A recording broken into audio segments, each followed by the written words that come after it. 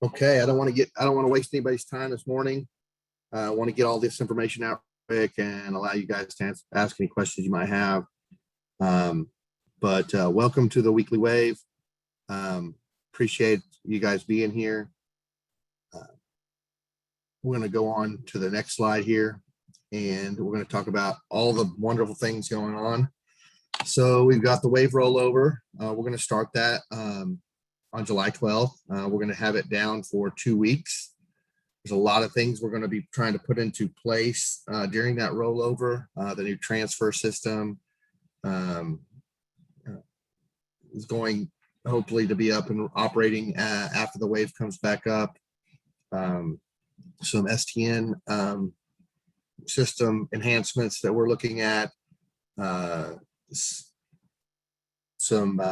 And then obviously we're moving all of our wave apps to the cloud. So hopefully we don't have any huge issues right after we come back from our rollover. If we do, we'll go back down to on-prem and say that was a fun try. Let's try again later. But we have some contingency plans for that as well. But we're going to start that rollover on July 12th. And then get ready for the next year. Next slide. So our response time has been very, very, very slow recently. We have had, several emails in our box, but there was some STN cleanup that we had to do over the last couple of weeks for testing files and all so we could get some preliminary results and some other data cleanup that we were working on. So we have just this week gotten back to answering all these emails we've gotten. So please be patient with us, and we will continue to answering them. I say in the what are we receiving, but we're actually trying to do we're trying to prioritize them at this point. So just know that we are getting back to you as quickly as we can. Next slide. The PEBT tool, the report, it is up, it is working. It is so from what I understand, it is as accurate as it's been ever. So if you are seeing some issues, some things that you think that it's just not right, first check your data. Let's make sure that our data is right first. But if you're seeing it in your student information system correctly, and it's not showing what you expect in the PEBT report, let's have a conversation. Let's talk about it. It might be that we don't understand exactly what we're looking for here. But the PEBT guidance is going up. The PEBT guidance is the guidance is already up. Sorry, the FAQ is going up today. It's been stuck, so it's there, but it says access denied. When you click it, it's some issue with gaining access to it. So we've got our web designer looking at that, trying to help us out, but she's new to the job, so she's trying to help us fix that. We do have to have that PEBT report, and I don't want to say confirmed or certified because we're not doing either one of those things. Let's just say validated. Let's say you looked at it and you believe that the data is as accurate as you can imagine. We are going to use that data to send over to DHS so that they can issue payments on these PEBT cards. That is coming, and that validating this data will save you hopefully a lot of phone calls and a lot of questions from parents over the next coming weeks. But we are going to be using this data to send over to DHS as you send it to us based on the rules that Congress put into place. So there you go. Next slide. Other reports. So we got the ASR, and Lori, I believe, is here with us today, but I'm going to skip that real quick. And Lori, just give me just a second. Okay, so the due date on the PEBT, I'm getting some questions. The due date on the PEBT is before you roll over to a point where you can no longer send 2021 data. So I know some of you are setting up your calendars and your courses and your enrollments for next year, but you're still actually sending us data for 2021. That PEBT data has to be validated prior to you rolling over, where you cannot send us 2021 data anymore.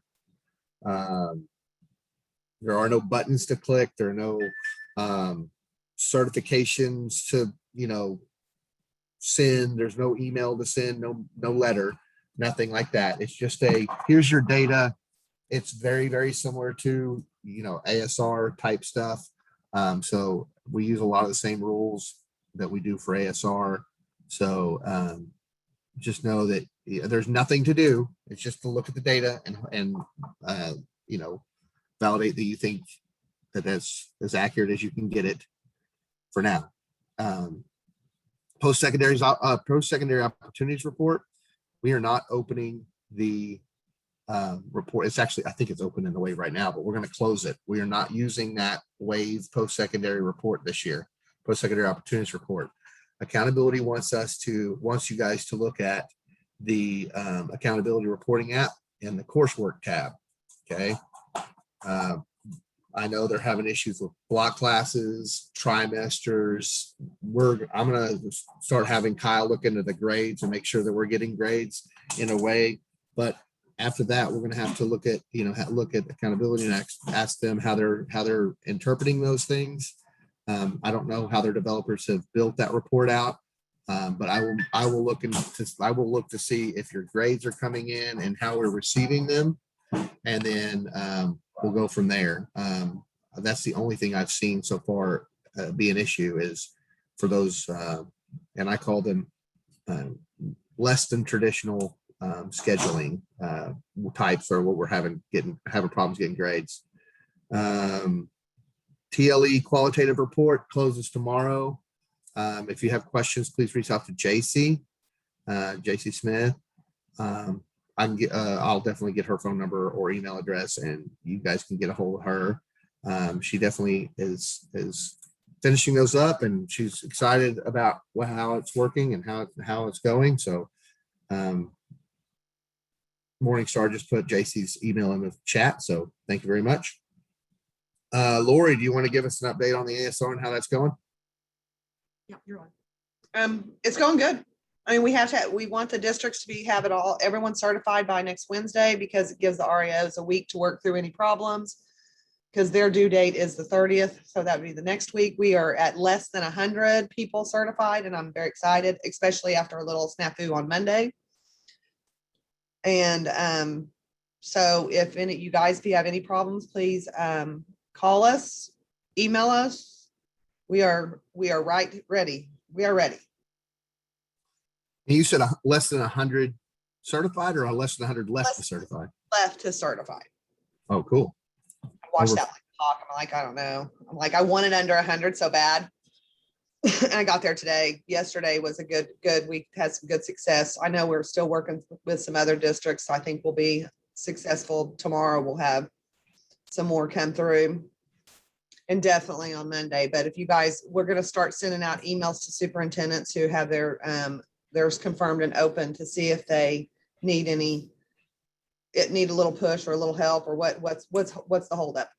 So it's great. You guys are wonderful. Glad that it's gone good. There's some districts who've had a little problems, but for the most part, I'm very, very satisfied with this one.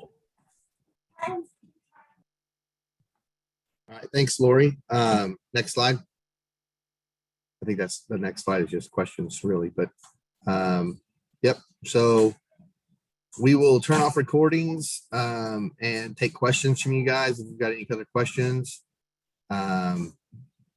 I don't have a due date for the post-secondary opportunities report and accountability. I don't know that there is.